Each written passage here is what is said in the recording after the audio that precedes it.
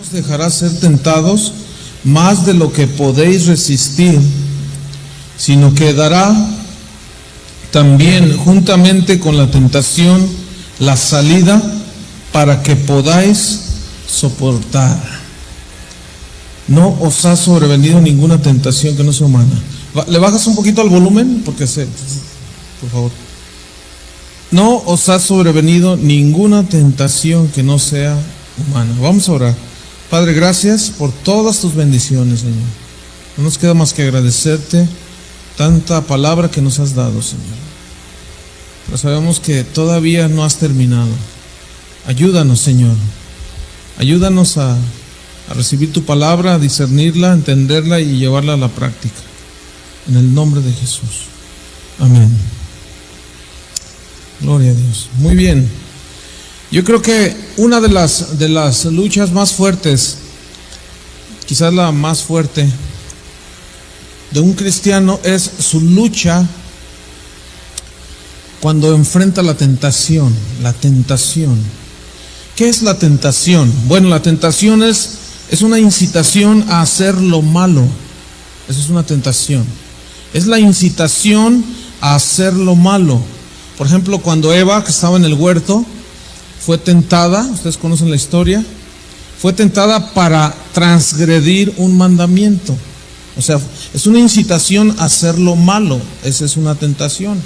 Cristo también fue tentado para hacer lo malo, para violar la palabra de Dios, el espíritu de la palabra, los conceptos de la palabra, los principios de la palabra de Dios. Entonces, podemos decir algo importante aquí. La tentación no es pecado en sí misma. Porque si la tentación fuera pecado, en sí misma, entonces Cristo pecó. Pero Cristo no pecó, pero fue tentado. Entonces, el ser tentado no significa que automáticamente ya has pecado. Muchos cristianos confundimos el hecho de ser tentado. Está ahí la tentación y tú la resistes y te mantienes. Pero aún así viene la condenación, porque sentiste que por el hecho de ser tentado a lo mejor andas mal. No confundamos. El ser tentados no significa que andes mal, porque la tentación en sí misma no es pecado. ¿De acuerdo? Es pecado la tentación cuando cedemos a la misma, que ya transgredimos, como el ejemplo de Eva. Ella fue tentada y transgredió porque desobedeció. Jesús fue tentado, pero no pecó porque no cedió a la tentación. Ahora, ¿de dónde vienen las tentaciones? Según la Biblia, hay dos fuentes de donde vienen las tentaciones, como una incitación a hacer lo malo. A veces confundimos la prueba que viene de Dios, que a veces va mezclado también con el aprovechamiento del enemigo para meter una tentación. Pero Dios te prueba para crecer.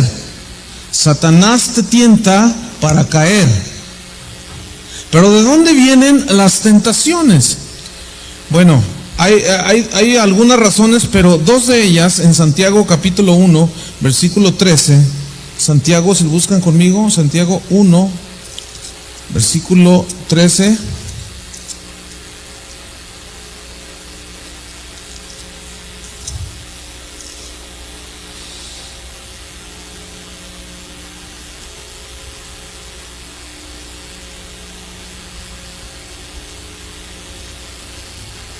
Fíjense, desde el versículo en el 12, Santiago 1:12 dice: bienaventurado el varón que soporta la tentación, porque cuando haya resistido la prueba, fíjense cómo en sí misma una tentación puede ser una prueba. Nada más que ahorita vamos a ver la fuente de la tentación y la fuente de la prueba. Porque dice: porque cuando haya resistido la prueba, recibirá la corona de vida que Dios ha prometido a los que le aman. Cuando alguno es tentado, no diga que es tentado de parte de Dios, porque Dios no puede ser tentado por el mal, ni Él tienta a nadie. Establecido, Dios no tienta a nadie, porque la tentación es una incitación a hacer lo malo. Entonces, ¿de dónde viene la fuente? Una es de Satanás. Esa es la fuente, la incitación a hacer el mal. Esa es una de las fuentes. La otra es en el versículo 14. Dice, sino que cada uno es tentado cuando de su propia concupiscencia es atraído y seducido. Entonces la concupiscencia, después que ha concebido, da a luz el pecado, y el pecado, siendo consumado, da a luz la muerte. ¿De dónde viene entonces la tentación? Podemos decir que del mundo, pero ¿quién es el príncipe de este mundo? Satanás.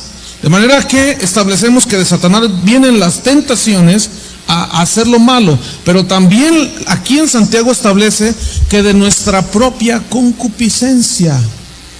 Ahora un ejemplo de cómo viene de Satanás la tentación. Lucas 4, versículo 13. Vamos a manejar bastantes versículos para movernos rápido. Lucas 4, versículo 13. Y cuando el diablo hubo acabado toda tentación, se apartó de Jesús por un tiempo. Cuando el diablo hubo acabado toda tentación, ¿quién es el que tienta entonces para hacer lo malo? Satanás. Ahora, otro versículo, 1 Tesalonicenses 3, versículo 5.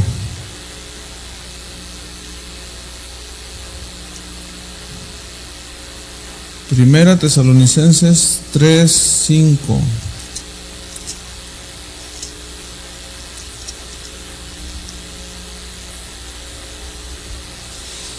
Por lo cual también yo, no pudiendo soportar más, envié para informarme de vuestra fe, no sea que os hubiese tentado el tentador y que nuestro trabajo resultase en vano. ¿Quién es el que tentó a Zafira y a Ananías?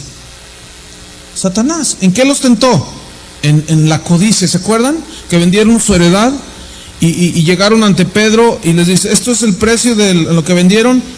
Dice que, dijo ella, él primero, pues sí. Y luego ella, pues sí. Y Pedro dijo, ¿por qué permitieron que Satanás llenara su corazón? Judas fue tentado, ¿por quién? Por Satanás, para hacer lo malo, para violar los pensamientos del mundo, de Dios, perdón. Ahora, escuchen esto. Es el diablo, joven, el que te tienta con los novios y las novias del mundo. Es el diablo, porque está expresamente en la palabra de Dios que no os unáis en yugo desigual. Es el diablo o tu propia concupiscencia. Ahora vamos a ver enseguida lo que es la concupiscencia. Es el tú relacionarte en un noviazgo con un joven o una joven que no es cristiana, es deliberadamente violar un principio de la palabra de Dios. Está establecido. ¿Pero por qué Dios lo estableció así? ¿Para enfadarte y molestarte y que tú te sintieras mal? No, sino porque te conviene. Porque Dios quiere bendecirte, por eso. Pero cuando se te presenta la oportunidad, es o el diablo o tu propia concupiscencia. Es que una vez una chica me decía, es que el chico que me habló, que me lo hice novio, es más cristiano que los que van allí. Esa es mentira. ¿Cómo va a ser más cristiano? Se porta más como cristiano. Tal vez se porta más como cristiano, pero no es cristiano. Y los demás son nacidos de nuevo, aunque están creciendo y a lo mejor no se portan como deberían de comportarse. Entonces viene una tentación. Yo he visto a muchos jóvenes, y les he dicho a cientos de jóvenes, a miles de jóvenes, ya no hay ni cómo decírselos, que no sean tontos, que no se dejen seducir por el diablo, ni se dejen llevar por su propia concupiscencia. Miren, no funciona. Siempre la historia se repite y se repite, y uno se los dice y se los dice y se los dice, y espero que ninguno de los que escuche esto se deja seducir por el diablo y ceda a la tentación. De veras, yo no hay uno ni cómo decirlo. Yo digo, ¿cómo les digo, Señor? Bueno, solamente una impresión fuerte de tu espíritu y un deseo en ellos de obedecer tu palabra, tus principios. Hay jóvenes que dicen, pero es que nadie me habla en la congregación y me estoy quedando a vestir santos, dicen. Así dicen en México. Yo me acuerdo que un día le dije a una joven que estaba así como desesperada, yo le dije, mira, dije, es mejor que te quedes a vestir santos que desvestir un demonio.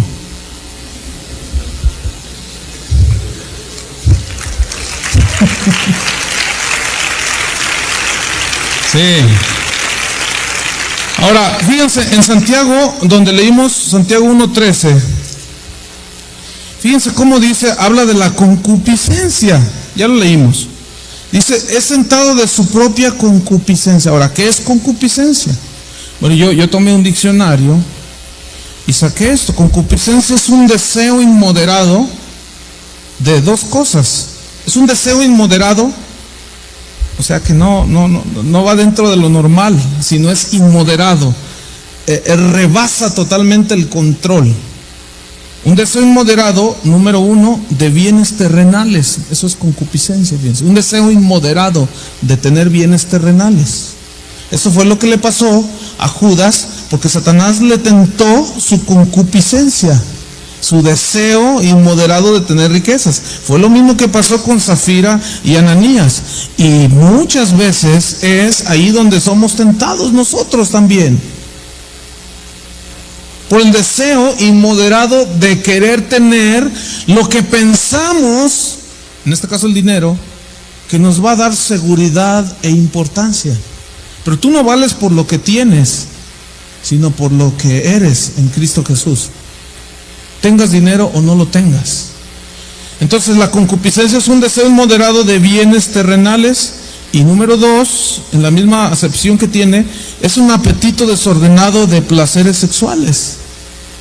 Y yo creo que aquí es donde el diablo, en su mayor expresión, está haciendo una incitación a la concupiscencia, tentando la concupiscencia de los jóvenes. Fíjense, en la mañana mientras yo me venía, ahí tomando, y bueno, ni me tomé el café, pero mientras estaba limpiando mis zapatos, prendí un poco la televisión para ver algo de noticias, así en 5 minutos, pero estaba un programa aquí en Guatemala sobre la iniciación sexual en los jóvenes. Entonces me llamó la atención que estaban entrevistando a muchos jovencitos, como ustedes, de 15, 16, 18 años, y les preguntaban que para ellos qué significaba el inicio de las relaciones sexuales. Muchos decían, no, pues es que todo el mundo lo hace, no, pues es lo más normal y que no sé qué. O sea, unos conceptos tan terribles, pero uno o dos jóvenes que decían, no, yo me voy a guardar, porque la palabra de Dios dice, yo dije, ese es aleluya. Gloria a Dios, porque de alguna manera el joven cristiano ha de distinguirse. Y luego le preguntaron a un señor, ¿qué opina de que sus hijos se inicien de temprana edad en la actividad sexual sin control? Y dice, pues muy malo, porque la palabra de Dios, y de alguna manera está el testimonio cristiano, hermanos. Entonces, nosotros ya estamos aquí adentro, ya estamos aquí, somos seres que Dios puso ese impulso sexual que es natural. Conmigo vienen jóvenes a veces o gente y dice, hermano, ore por mí para que el Señor me quite esos deseos. Le digo, pues, por más que ore no te los va a quitar, porque Dios te los puso. ¿Cómo te los va a quitar? Lo que tienes que hacer es controlarlos. Ese es el asunto, dominio propio. Porque Dios no te los puso para luego quitarlos. No, hemos confundido. No te los va a quitar. Lo que tú tienes que hacer es controlarlos. Ese es el asunto. Y ese es ahí donde muchos jóvenes y aún cristianos han perdido.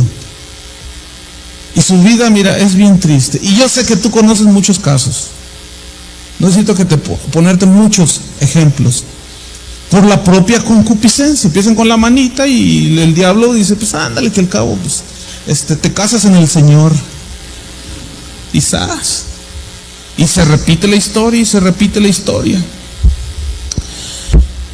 Entonces, la concupiscencia es un deseo inmoderado de bienes terrenales y de apetito desordenado de placeres sexuales. ¿Se acuerdan del joven rico que vino ante Jesús? ¿Qué debo de hacer para heredar vida eterna? Los mandamientos, ¿sabes? Y le da los mandamientos. Jesús le dice, haz esto, te falta una cosa, le dice. ¿Cuál? Vende todo lo que tienes y dalo a los pobres. Pero él se fue tal y como llegó. ¿Por qué? Porque tenía una concupiscencia en su vida de un deseo inmoderado de bienes materiales que lo inhabilitó para obedecer la palabra de Dios. Fíjate, la otra acepción de apetito desordenado de placeres sexuales, te repito, mira, Dios los puso allí. Es algo natural, forma parte de la naturaleza que Dios le puso al hombre. Pero estos van a ser incitados de muchas maneras por el mundo, por Satanás y de la propia debilidad del ser humano. Y es ahí precisamente lo que nos tiene aquí aprender cómo batallar con la tentación, cómo enfrentar y cómo sí podemos salir victoriosos de la batalla, de la tentación, de la prueba. Porque mira, así como un fuego puede ser mucha bendición. Por ejemplo, con el fuego calientas los alimentos, con el fuego puedes calentar el agua con el que te bañaste hoy en la mañana, si te bañaste.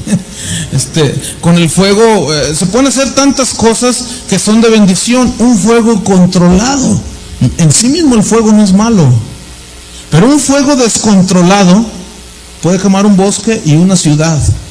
Roma fue consumida por las llamas, por un fuego incontrolado.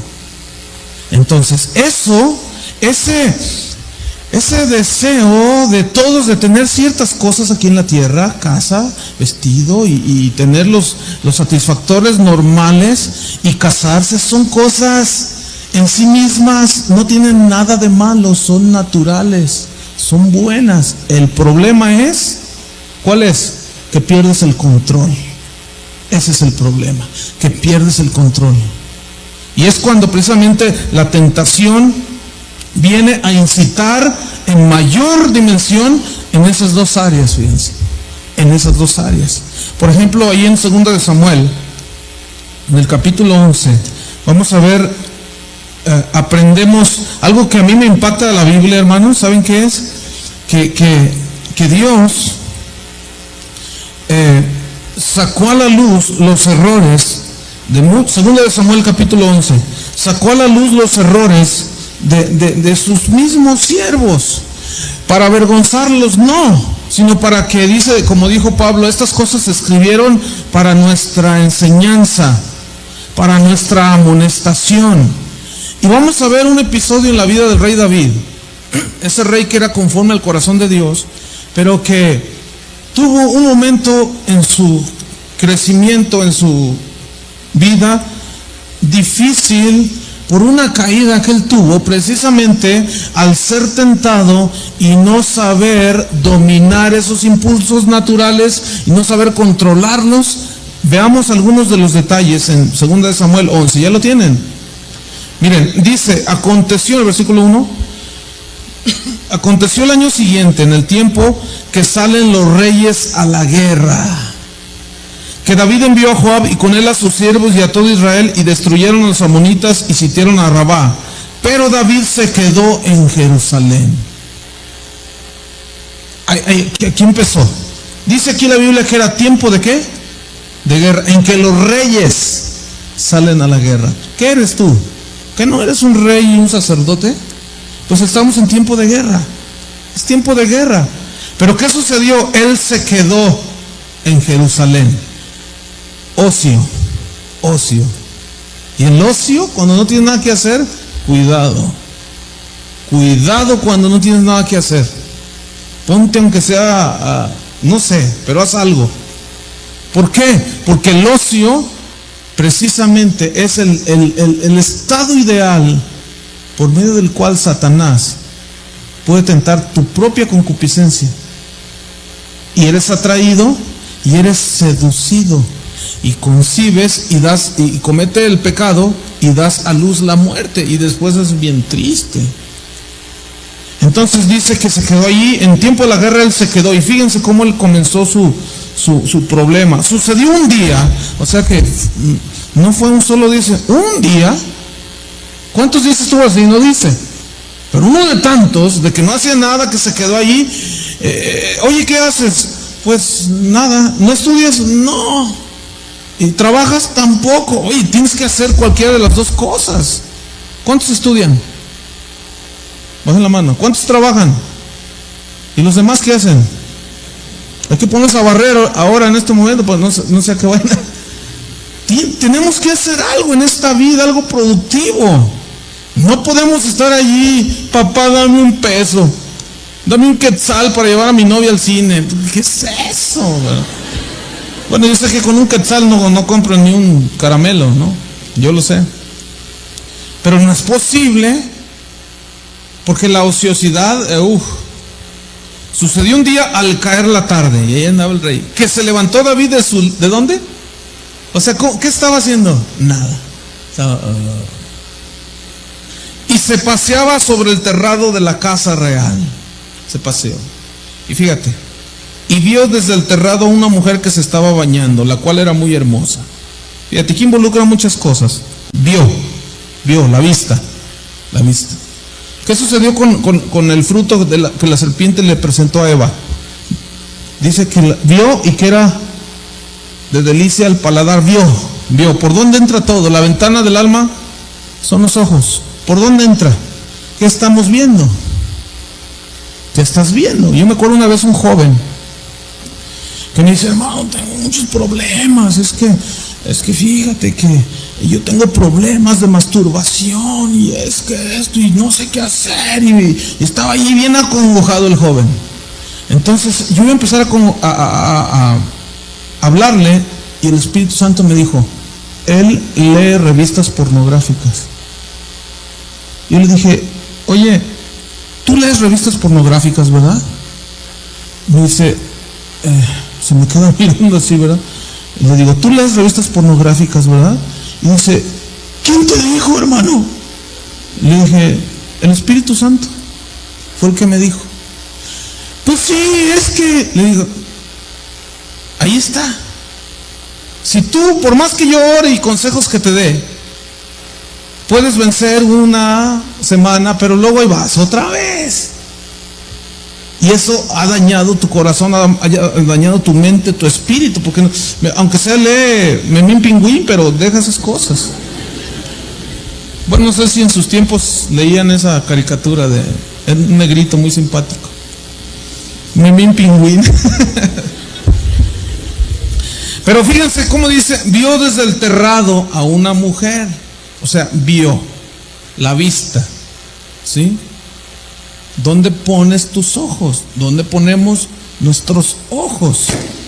Vio. Ahora fíjense qué cosa hay aquí. Dice, a una mujer que se estaba bañando. O sea, a una mujer prudente, ¿cómo se le ocurre estarse bañando sin cerrar la ventana? O estarse bañando en un lugar donde los ojos de los demás pueden mirar. Jóvenes, a las mujeres, sean prudentes. A mí, yo no me considero un predicador de tendedero. O sea, de que ponte, quítate y eso, ¿verdad? Tal ropa. Yo no soy predicador de tendedero, no me considero así. Pero sí alguien que dice lo que la Biblia dice en cuanto a la prudencia y al decoro. Sí, la Biblia sí lo enseña, ¿cierto o no? Entonces, sí puede haber cierta influencia por la manera en que se viste la joven o el joven. Porque, pues los hermanitos pues, tienen su corazoncito y tienen sus muchas emociones. Entonces, pues es normal que si hay algo que no es decoroso, pues están con una mano alabando a Dios y con otra están mirando así como que es un poco difícil, esa es la verdad. Entonces tampoco nosotros dar lugar, hay que ser prudentes. Y también los varones. ¿Los han visto? Es que se abrochan todos los botones de aquí. así como, no sé qué impresión quieran dar, pero son cosas que no van de acuerdo con el pudor, ¿sí? Y nadie se asuste porque de lo que estamos diciendo, porque son cosas que se dan. Y ahora, hay una cosa aquí. Esta mujer era del pueblo de Israel, que conocía la ley. Porque dice que después David envió a preguntar por aquella mujer. Le dijeron, aquella es Betsabé, hija de Eliab, mujer de Urías Heteo.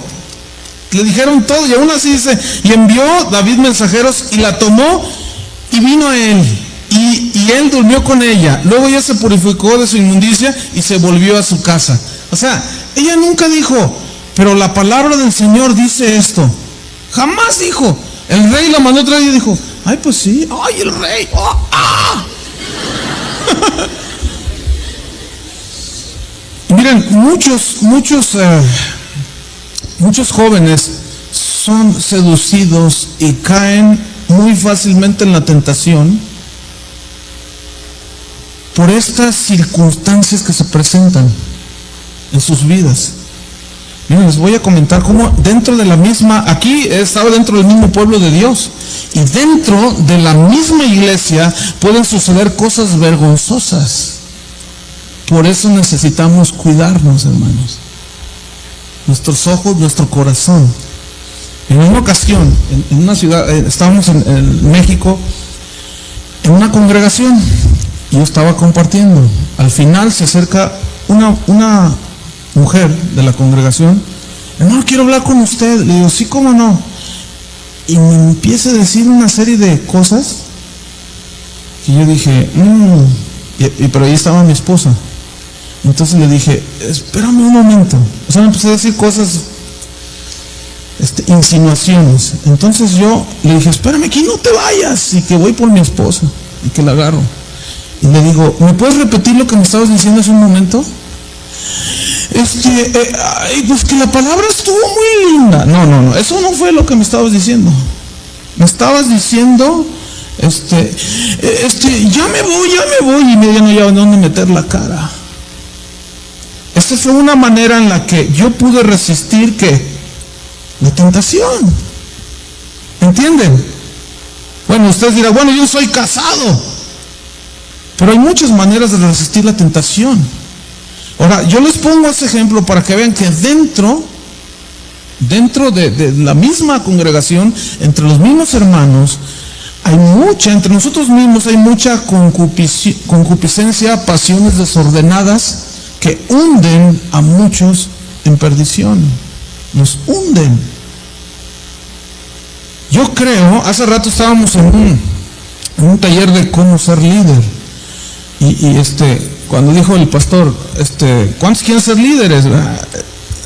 Muchos de los jóvenes, amén, ¿verdad? Y estábamos Marcos y yo sentados juntos, y los dos nos miramos así de reojo, y digo, pero no saben lo que no saben lo que realmente significa, y el pastor empieza a soltar realmente lo que significa. Entonces, es una responsabilidad tremenda, pero dentro de todas esas, todo mundo es tentado. Todos somos tentados, fíjense. El problema es que aquí, como David, él dejó que las circunstancias siguieran avanzando, y vio, y fue atraído cuando de su propia concupiscencia, fue atraído y seducido, y empezó a concebir y dio a luz el hecho. Mira, muchas veces en nuestra mente entran los pensamientos. ¿A cuántos les ha pasado que están orando así, están en la presencia del Señor, y de repente les vienen pensamientos esos terribles? ¿A cuántos les ha pasado? A mí me pasa, y seguido. O sea, que es el alma, la mente del ser humano es precisamente donde Satanás le gusta trabajar. Y luego nos acongojamos y decimos, ¿por qué estoy pensando eso? ¿Por qué aquello? ¿Por qué? Porque el enemigo se vale de muchas cosas. Pero repito, el ser tentado no significa necesariamente no es pecado ser tentado. El pecado es ceder a la tentación. Ahora, David aquí tuvo ese episodio negro en su vida que vino a desencadenar en un homicidio. Él estaba cuando la tomó y ella concibió, él estaba tan enceguecido con el pecado que ya no lo dejó mirar a su alrededor y menos a Dios. De manera que Dios tuvo que decirle al profeta, mira, ve y dile, y eso es más vergonzoso todavía, cuando Dios lo saca por medio de otra persona. Dijo, ve y dile esto, y ahí va el profeta, ¿verdad? Como que se imaginan el profeta a lo mejor pensando, es el rey, ¿yo qué le voy a decir? Pero al fin llegó y le empieza a contar así suavemente una parábola. Fíjate que había un hombre así, si ustedes conocen la historia, ¿no? Y tenía muchos ovejitas, pero llegó uno que lo visitó y en lugar de tomar una de las tantas que tenía, fue y le quitó a uno que tenía nada más una, y que sale el celo de David. ¿Cómo? Dice, el que tal hizo que se muera, que muera. Y el profeta le dice, pues eres tú. Miren, ahí está la humildad de David. Es cierto que cometió ese grave error, pero ahí está su humildad. Reconoció. Salmo 51. Crea en mí, oh Dios, un corazón puro. Y empieza él a orar y saca todo aquello. Líbrame de homicidios, porque fíjense hasta dónde le llevó, hasta un homicidio. Eso es muy trágico. Pero hasta que no, Dios sacó a la luz. Pero aquí se descuidó. Fíjense, una vez yo estaba en una reunión de liderazgo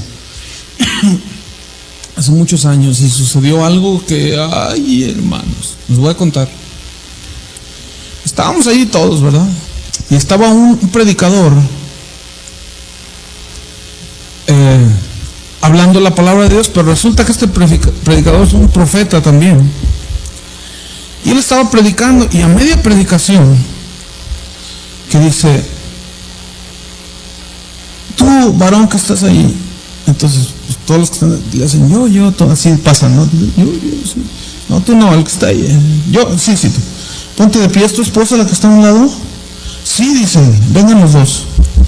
Y vienen ahí caminando. Y dicen, ay, les va a profetizar, ¿verdad? Y lo sienta. Están dos sillas, y lo sienta aquí enfrente de la congregación. Yo jamás he visto una cosa así.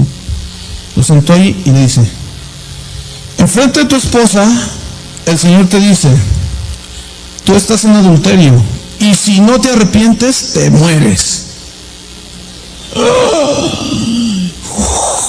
Y hermano, todos los que estaban sentados, Padre, perdóname, porque y todos, miren, cayó un terror ahí del Señor, un temor. Entonces el hombre aquel dice, ¿qué? Así como diciendo, ¿qué? ¿Usted qué me dice? Y no digas que no, porque eres un adúltero, enfrente de todos. Y la esposa empezó a llorar. Y resulta que la señora que nos estaba hospedando a nosotros, la familia que nos estaba hospedando a nosotros, se dieron cuenta 2 o 3 días antes de que él andaba en adulterio, y ella se sorprendió porque estaba junto a mí y dice, ¿cómo es posible? ¿Cómo supo? Dice, eso nadie lo sabía. Dice la hermana que nos estaba hospedando a nosotros. Y dice, y si no te arrepientes, te mueres. Así le dijo. Yo jamás he visto una cosa así. Pues aquel hombre cayó arrepentido y dijo, sí es cierto. Y la esposa ya sabía, tenía unos días que sabía que estaba en adulterio. La esposa pues ya estaba allí muerta en lágrimas. Y es que el diablo me tentó. Y es que esta mujer, que quién, pues sí, te la vas a encontrar a la vuelta de la esquina. La tentación. Y muchas veces aquí adentro. Pero yo me acuerdo que todos bien derechitos después. Y cuando el profeta siguió con su predicación, que miraba así, como yo lo estoy mirando, todos agachábamos la cabeza así. Decía, yo miren, la verdad yo jamás en mi vida había visto una cosa así, ni lo he vuelto a ver, y no sé si en alguna ocasión, pero aquí Dios está sacando a la luz el pecado de David, porque está escrito, fíjense, para que nosotros aprendamos. ¿Están aprendiendo algo? Debemos aprender a reconocer las tentaciones. Muchas veces no sabemos reconocerlas. ¿Por qué? Porque muchas veces desconocemos la palabra de Dios. Desconocemos la Biblia. Me acuerdo aquella joven que llegó y me dice, hermano Chuy, me dice, estábamos en una reunión, algo parecido a una reunión juvenil, pero llega y dice, hermano Chuy, dice, ¿qué cree? Pues bien inocentota la muchacha, ¿no? Dice, ¿qué cree? Dice, ahora que venía, mientras esperaba el bus, volteó así y está un aparato que dice, le leemos su futuro por tantas monedas.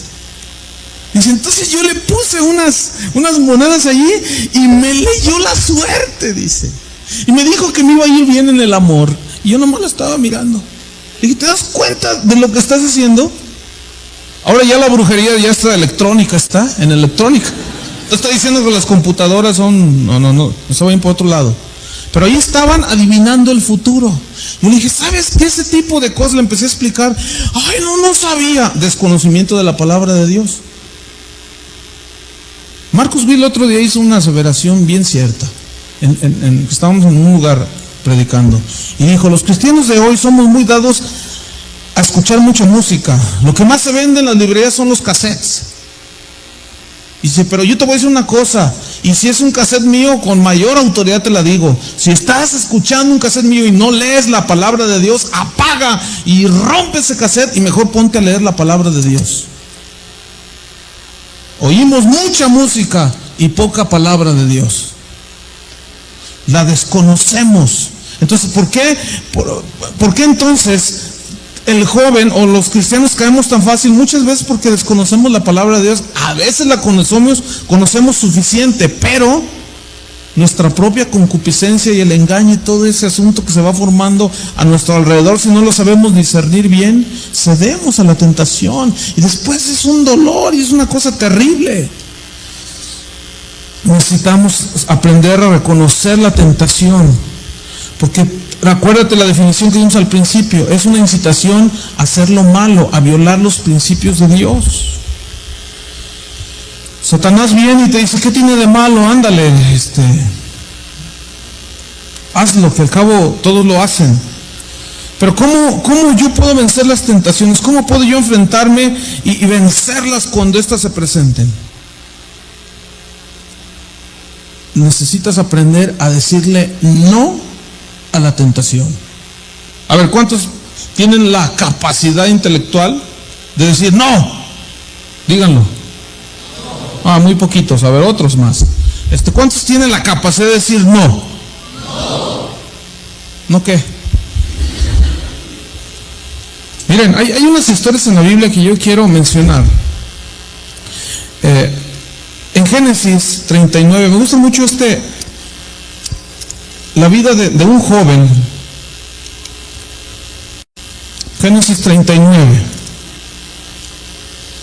De un joven que, podemos aprender mucho de él. Se llamaba José. Génesis 39. Versículo 1. Dice, llevado pues José a Egipto, Potifar, oficial de Faraón, capitán de la guardia, varón egipcio, lo compró de los ismaelitas que lo habían llevado allá. Mas Jehová estaba con José. ¿Dios está contigo? Sí. Pues también con José, fíjate. Y dice que fue un varón próspero y estaba en la casa de su amo, el egipcio. Y vio su amo que Jehová estaba con él y todo lo que él hacía, Jehová lo hacía prosperar en su mano. Así halló José gracia en sus ojos y le servía y le hizo mayordomo de su casa y entregó en su poder todo lo que tenía. Y aconteció que desde cuando le dio el encargo de su casa y de todo lo que tenía, Jehová bendijo la casa del egipcio a causa de José. Y la bendición de Jehová estaba sobre todo lo que tenía, así en casa como en el campo. ¿Cuántos quieren ser bendición? Donde quiera que se paren, ser una bendición. Así dice la Biblia, que tú serás, le dijo Dios a Abraham, serás bendición a donde quiera que vayas.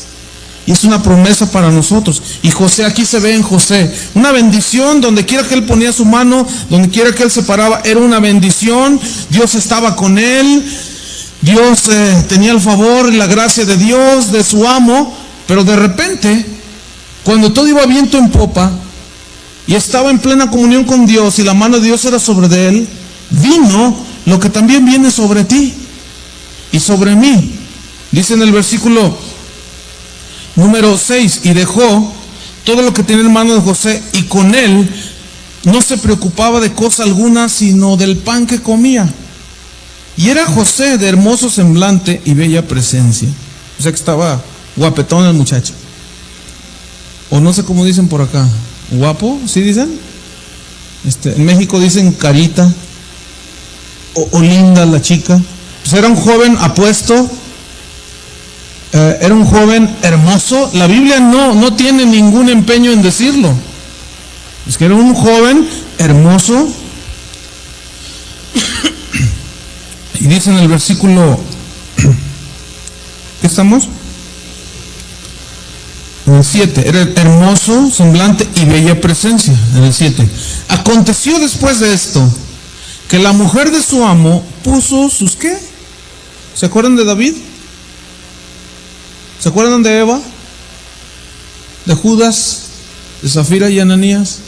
Puso sus ojos en José. Ahora, no tiene nada de malo el que una joven mire a un joven y le agrade su presencia. No tiene nada de malo, hay que saber distinguir. Lo malo aquí en este caso es que ella era una mujer casada con Potifar. Ahora, Jesús habló mucho de ver y codiciar, adulterar en el corazón. ¿Se acuerdan que Jesús habló de eso? Eso no significa que vamos a andar así como los caballos, ¿verdad? Y se acerca un joven de bella presencia y hermoso semblante delante de ti. Oye, hermanita, ay, sí, o sea, no. El asunto es lo que yo les decía al principio, de que no sabemos controlar y dominar, sujetar nuestras concupiscencias. Entonces dice que la mujer puso sus ojos en José y dijo, duerme conmigo. O sea que esa era una mujer. Dime si hay mucha diferencia a los tiempos de hoy. En cuanto era una mujer. Dice la gente que los jóvenes de hoy son ya sin vergüenza, sin pena, ya dicen las cosas tal y como son. Y dice la gente más grande que nosotros, en nuestros tiempos no era así. Pero ¿saben qué? Siempre se ha dado. Siempre se ha dado. Tal vez en estos últimos tiempos es más descarada la cosa.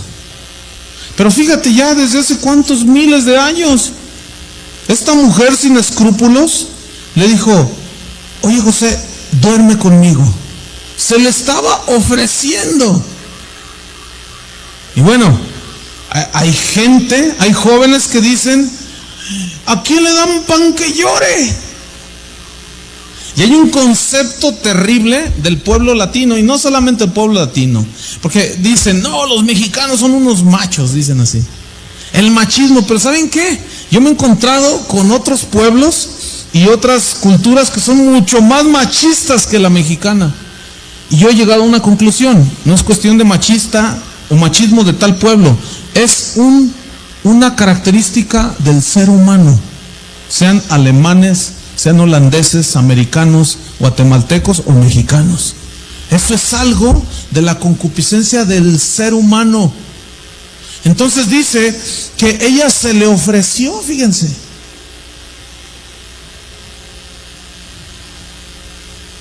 Tú puedes salir y por esa puerta y encontrar la tentación ahí enfrente. O aquí adentro. Hay que ser realistas. Fíjense, en una ocasión, allí en mi congregación donde soy pastor, se acercó una mujer y me dijo, voy a repetir las palabras más o menos literales, porque fue un episodio bien vergonzoso. Dice, hermano, quiero hablar con usted. ¿Cómo no? Pero a solas. Le dije, aquí estamos a solas. No, pero quiero en su oficina. Bueno, y la oficina tiene unas ventanas donde se ve hacia adentro. ¿Sí? No, pero una que está encerrada. No, lo que me quiera decir, dígamelo aquí. Y yo le dije, Además la gente está por allá y estamos. ¿Y qué creen que me dijo? Exactamente lo que esta mujer le dijo a José. ¿Y saben qué hice? Inmediatamente hice lo mismo. Por eso me gusta andar mucho con mi esposa. Porque donde quiera puede saltar, de veras, es en serio. Donde quiera puede saltar todo esto. Y miren, se me insinuó una hermana que oraba, que levantaba sus manos, que diezmaba, que todo. Una mujer viuda, con necesidades, joven, hermosa. Hermano. Yo le estoy contando cosas reales. Y que tomo a mi esposa y le dice, ¿sabes qué? Mira, ahorita hay una situación bien tremenda. Le dije, y mira, vamos a tratar con esta persona, pero con mucha misericordia, porque ella tiene un problema grave. Y tratamos el asunto y le enfrentamos allí, y no quería reconocer que me había dicho eso, pero al fin el Señor la quebrantó. Fue un episodio muy difícil para ella, ¿sí? Porque era vergonzoso. Después vino una convicción del Espíritu Santo. Pero ¿qué? Escuchen, aquí es donde está el asunto.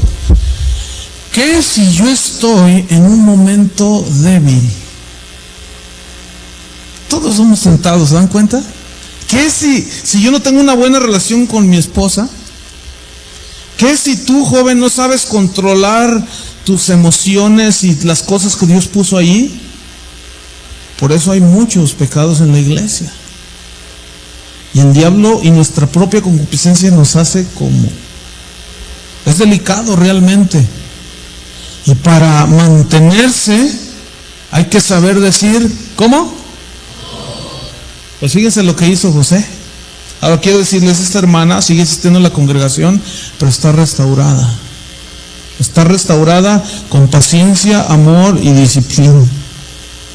Y ella lo ha recibido, y es una mujer que estamos orando para que Dios le dé su varón, pero ella está ahora controlando sus impulsos. Yo estaba seguro que no solo a mí me lo había dicho, que cualquiera que se le pusiera enfrente, en ese momento ella iba a hacer una insinuación, como esta mujer le hizo a José. Duerme conmigo. Versículo 8, ¿qué dice? Y él no quiso. ¿Qué hizo? Él no quiso. Repite eso. Él no quiso. Es que era insoportable. Es que no hay ninguna tentación que no puedas aguantar, dice la Biblia. Es que no. Es que él no quiso. ¿Tú quieres o no quieres? David quiso. Ejerció su voluntad. Eva quiso. Judas quiso. Entonces dice, y él no quiso, y dijo a la mujer de su amo: he aquí que mi señor no se preocupa conmigo de lo que hay en casa, y ha puesto en mi mano todo lo que tiene. No hay otro mayor que yo en esta casa, y ninguna cosa me ha reservado sino a ti, por cuanto eres su mujer. ¿Cómo pues haría yo este grande mal y pecaría contra Dios? Fíjate el temor de Dios que tenía José. Y el temor de Dios debe estar presente en nuestras vidas antes de hacer algo de lo cual después nos duela con lágrimas y nos tengamos que arrepentir. El temor de Dios. Él no quiso. ¿Cómo yo haría este grande mal? Subraya eso en tu Biblia de todos colores. Grande mal. Grande mal. Y pecaría contra Dios. Y fíjate cómo es la tentación. Hablando ella a José, ¿cuándo? Cada día. Hermanos, sería irreal decir que después de esta plática, y aunque seas lleno del Espíritu Santo, ya nunca van a venir las tentaciones. No van a venir aunque estés súper requete lleno del Espíritu Santo. Jesús dice que fue lleno del Espíritu Santo y se fue al desierto, ¿se acuerdan? ¿Y qué sucedió en el desierto cuando estaba en pleno poder espiritual de ayuno y oración y lleno del Espíritu, lleno del poder de Dios? ¿Qué vino? ¿No vino la tentación? Pero tuvo poder para resistirla. Esa es la diferencia. Tuvo autoridad, dominio de sí mismo, en sí mismo, para resistir con el poder del Espíritu Santo. Entonces dice que cada día ella le decía, y no escuchándola él, para acostarse al lado de ella, para estar con ella. Aconteció que entró él un día en casa para hacer su oficio. O sea, era un hombre íntegro, era impresionante su vida, un joven como tú, para hacer su trabajo de cada día. Y no había nadie de los de casa allí, y ella de pronto entró, dice en el 12, y lo asió por su ropa, diciendo, duerme conmigo. Entonces él dejó su ropa en las manos de ella y huyó y salió. Pablo dice en 1 Corintios, huid de la fornicación. Más vale que digan, aquí corrió, que aquí quedó. Más vale que diga, aquí corrió, que aquí quedó. La dejó con su túnica en las manos. Y a lo mejor ella le gritaba, poco hombre, tratando de incitar la hombría. Pero ¿qué es ser hombre? ¿Qué es ser un hombre? ¿Qué es ser una mujer? Fíjense, en una ocasión leí una declaración de un artista muy famoso, que su fama es más, porque desde que se casó con su esposa hace, no sé, 30 años, sigue con la misma esposa. Y le preguntaron, le dijeron, bueno, ¿cuál es su secreto de por qué ha durado tanto con su esposa en el ambiente artístico de Hollywood? ¿Cómo es que usted llega a tantos años de casado con la misma mujer y sin rumores de que usted ande con otra mujer? Y él contesta, bueno, es que ser hombre es satisfacer a una mujer por toda tu vida, amarla y quererla. Dice, ser hombre no es andar de mujer en mujer. Cualquier perro hace eso. Alguien que ni sabe de la Biblia, pero que tiene un principio fundamental para el funcionamiento de su matrimonio. Y ustedes todos son solteros, que un día se van a casar. Y que ya desde ahora, muchos, desde que te convertiste, tal vez tentado en una manera más fuerte. ¿Qué hizo José? Dijo, no. Tienes que aprender a decir, no. Eva dijo, sí. José dijo, no. Jesús dijo, no. Judas dijo, sí. ¿Qué vas a decir tú? No lo dices con mucha convicción. ¿Qué vas a decir tú? No. Cuando lleguen tus amigos y te inviten a la disco, ¿qué vas a decir? No. Cuando lleguen tus amigos y te digan, mira, fúmale la marihuana, ¿qué vas a decir? No. Cuando llegue una chica y se te insinúe, ¿qué le vas a decir? No. Pastor, no lo están creyendo. Lo dijeron así como... Tengo 5 minutos. ¿Cómo puedo resistir la tentación? Santiago 4:7. ¿Cómo puedo batallar? Someteos pues a Dios, resistid al diablo, ¿y qué? Huirá de vosotros. Someteos pues a Dios. Dios determina también su palabra. Sométete entonces a Dios, haz lo que Él te dice. Resiste al diablo en base a esa autoridad que te da el sometimiento, y huirá de ti. Sométete a su palabra. Dice la palabra, no ser tan solo oidores, sino que hacedores. Y por último, usa la palabra como un arma de 2 filos, la espada del Espíritu. Cristo la usó. Terminamos leyendo Mateo 4. Este es el arma más fuerte que hay, la palabra. Mateo 4, versículo 1. Entonces Jesús fue llevado por el Espíritu al desierto para ser tentado por el diablo. Ahí está. Y si Él, por lo que padeció, aprendió, también nosotros. Versículo 2. Después de haber ayunado 40 días y 40 noches, fíjate, en el mismo ejercicio espiritual tuvo hambre. Era natural. Después de 40 días sin comer, era natural.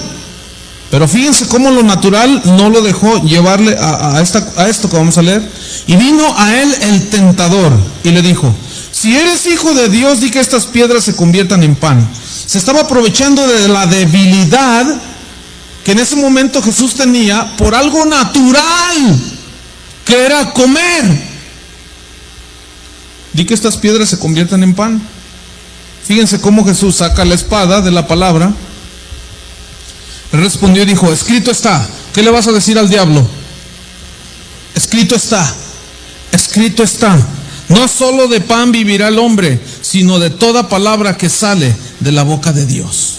Jesús no iba a hacer una exhibición de conversión de piedras en pan. Él no era ningún exhibicionista.